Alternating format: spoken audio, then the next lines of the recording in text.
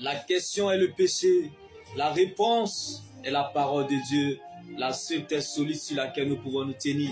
La Bible pouvait nous le dire, au commencement, Dieu créa le ciel et la terre. La terre était informe et vide. La terre habitait dans la nuit. Et Dieu a dit que la lumière soit, et la lumière fut. Que la lumière brille, et que la lumière se mit à briller. Alors que ta lumière brille, et que la justice de Dieu marche devant toi, que ta guérison gemme proprement, et que la gloire de l'Éternel t'accompagne tout au long de ta vie. Car celui qui a fait le testament est vivant. Donc ça veut dire, au commencement, la parole existait déjà. La parole était avec Dieu. La parole était Dieu. Toutes choses ont été faites par elle. Rien n'a été fait sans elle. Jésus-Christ est la parole de Dieu. Donc, bien-aimé dans le Seigneur, sache que la vie est ce que nous pensons. Nous savons que la vie se résume à un triangle. Le judaïsme, l'islam et le christianisme. Le judaïsme est comme l'ordonnance. L'islam est comme l'infirmière, le traitement. Et le christianisme est le médecin. Bien-aimé, le but du judaïsme, c'était, bien-aimé, de donner l'ordonnance. Pour dire que nous devons adorer qu'un seul Dieu, omniprésent, omnipotent et omniscient.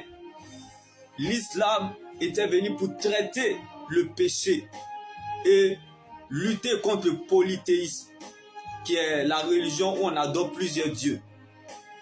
Maintenant, le christianisme, bien-aimé, n'est pas une religion, car la religion ne sauve pas, mais c'est une relation, bien-aimé, pour quiconque croit, bien-aimé, en Jésus. Le christianisme est une relation avec Jésus. Pour quiconque croit et met sa confiance en son sacrifice à la croix de Golgotha pour le pardon de nos péchés et pour l'éternité. Donc sache que l'histoire ne se souviendra pas des problèmes que nous provoquons, mais plutôt des problèmes que nous résolvons. Vaut mieux croire en celui qui est mort et revenu à la vie que de croire en celui qui est mort et qui n'est pas revenu à la vie. Celui dont je te parle, je ne te parle pas d'un Jésus boucantier. Je ne te parle pas d'un Jésus de ton quartier. Je ne te parle pas d'un Jésus justice serviteur de Dieu.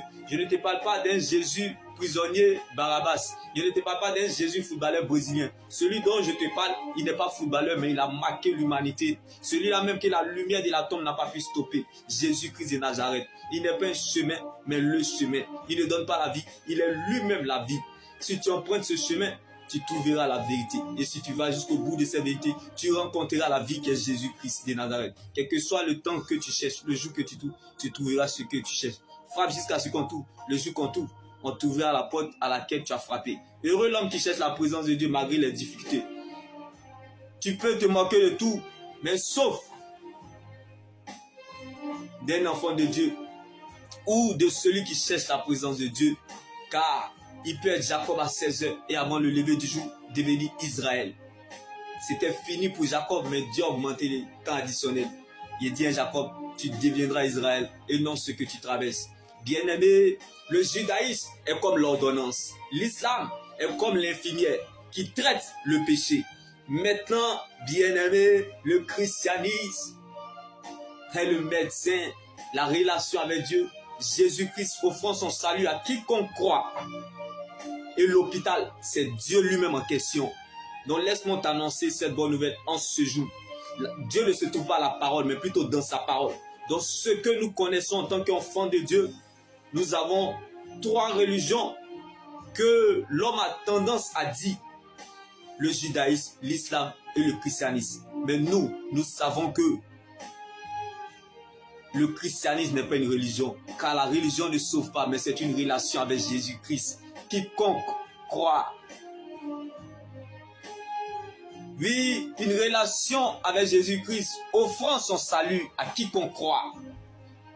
Donc pour nous, tout n'arrive pas à celui qui voit, mais à celui qui croit.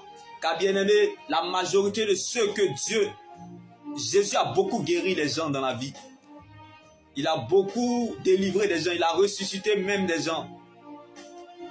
Mais il a beaucoup guéri les aveugles. Pourquoi? Parce que l'œil est la lampe du corps. Qui dit corps, parle du temple. Qui dit temple, parle de l'église. Qui dit église, parle du royaume des cieux. Qui dit royaume des cieux, parle de la lumière. Qui dit lumière, parle de la vie. La vie qui équivaut le chemin, la vérité et la vie qui est Jésus-Christ de Nazareth. Donc Jésus-Christ n'est pas une option, mais une nécessité. Abraham a eu 2 enfants, Isaac et Ismaël. Isaac est la race des chrétiens. Ismaël qui est la race des musulmans. Donc, qui parle d'Isaac parle des chrétiens, parle de Jésus-Christ de Nazareth.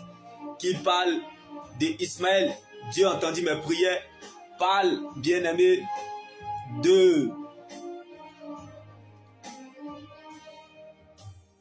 des musulmans et parle de Mahomet. Donc, bien-aimé, laisse-moi t'annoncer cette bonne nouvelle en ce jour.